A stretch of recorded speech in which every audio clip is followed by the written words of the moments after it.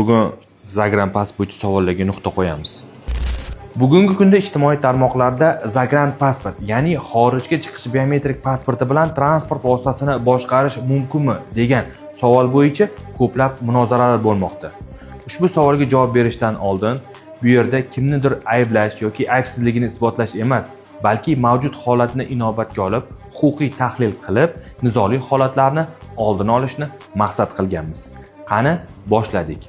Prezidentimizning 2018-yildagi 4079 sonli qarorida belgilangan tarifga ko'ra, O'zbekiston Respublikasi fuqarosining xorijga chiqish biometrik pasporti xorijga chiqish hamda O'zbekiston Respublikasi hududiga kirish, shuningdek, xorijda turish vaqtida egasining shaxsini va O'zbekiston Respublikasining fuqaroligini tasdiqlaydigan, pasport egasining shaxsiy biografik ma'lumotlari va biometrik parametrlari saqlangan elektron axborot tashuvchiga ega bo'lgan hujjat hisoblanadi. E'tibor bergan bo'lsangiz, tarifda biometrik pasport so'zi keltirib o'tilgan.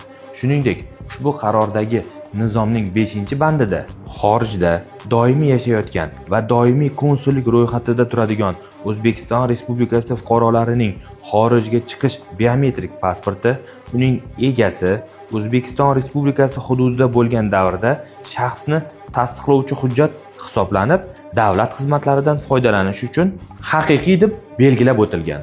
O'zbekiston Respublikasi Ma'muriy javobgarlik to'g'risidagi kodeksining 135-moddasiga ko'ra esa, haydovchining yonida O'zbekiston Respublikasining ichki ishlar organlari yoxud konsullik muassasalari tomonidan berilgan biometrik pasport mavjud bo'lgan taqdirda boshqa tegishli hujjatlar yonida olib yurishi talab etilmasligi ko'rsatib o'tilgan. Ko'rinib turibdiki, xorijga chiqish biometrik pasportidan foydalanish uchun hech qanday taqiqlar mavjud emas.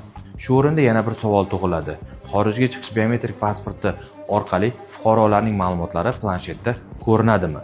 Ha, bunda hech qanday muammolar mavjud emas. YPX inspektori planshetga xorijga chiqish biometrik pasportining seriya va raqamlarini kiritish orqali fuqaroga tegishli ma'lumotlarga ega bo'ladi. Shu o'rinda shuni ta'kidlash kerakki, ichki ishlar organlari fuqaro manfaatlari uchun xizmat qiladi va har qanday byurokratik to'siqlarga qarshidir.